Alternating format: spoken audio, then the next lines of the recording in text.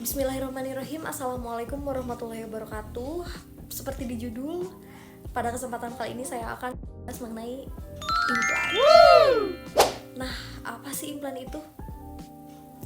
Implan adalah salah satu jenis kontrasepsi yang mengandung hormon yang merupakan kapsul batang kecil, satu atau dua batang, seperti ya hampir mirip korek api yang biasa dipasang di bawah kulit.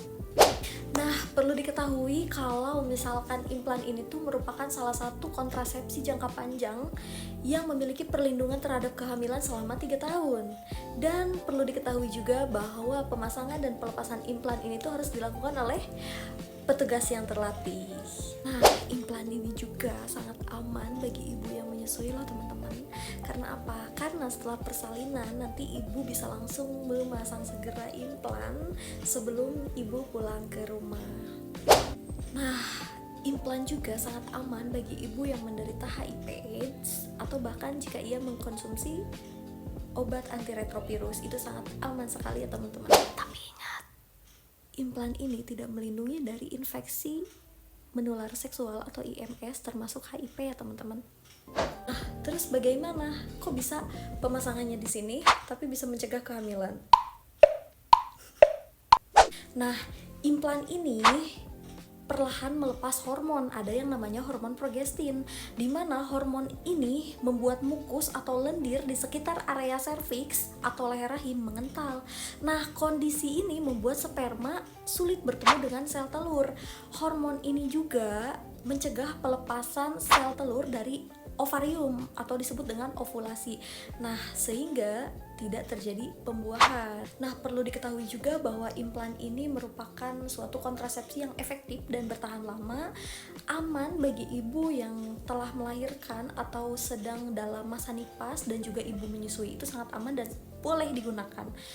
Tapi implan ini tuh tidak melindungi dari IMS atau infeksi menular seksual, dan implan ini tuh dapat mencegah kehamilan ektopik dan juga dapat mengurangi anemia.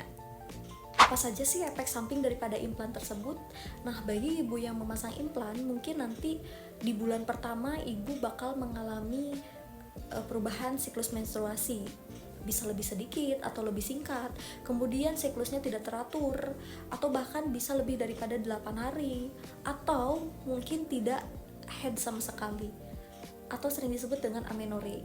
Nah, ibu jangan khawatir, itu bukan merupakan salah satu penderita atau penyakit apapun, karena itu merupakan efek samping daripada implan, jadi ibu tidak usah khawatir. Dan ada juga efek samping daripada implan tersebut, yaitu perubahan berat badan, kemudian sering merasa sakit kepala, pusing, kemudian mual, ada rasa ketidaknyamanan pada payudara, kemudian jerawat atau dermatitis, perubahan suasana hati. Itu merupakan efek samping daripada implan.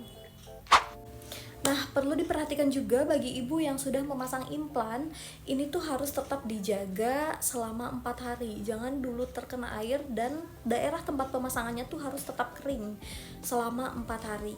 Nah, mungkin ibu nanti akan merasa kurang nyaman atau terasa nyeri di daerah pemasangan 5-7 hari. Nah, bahkan ibu akan mengalami pembengkakan ataupun lebam merah.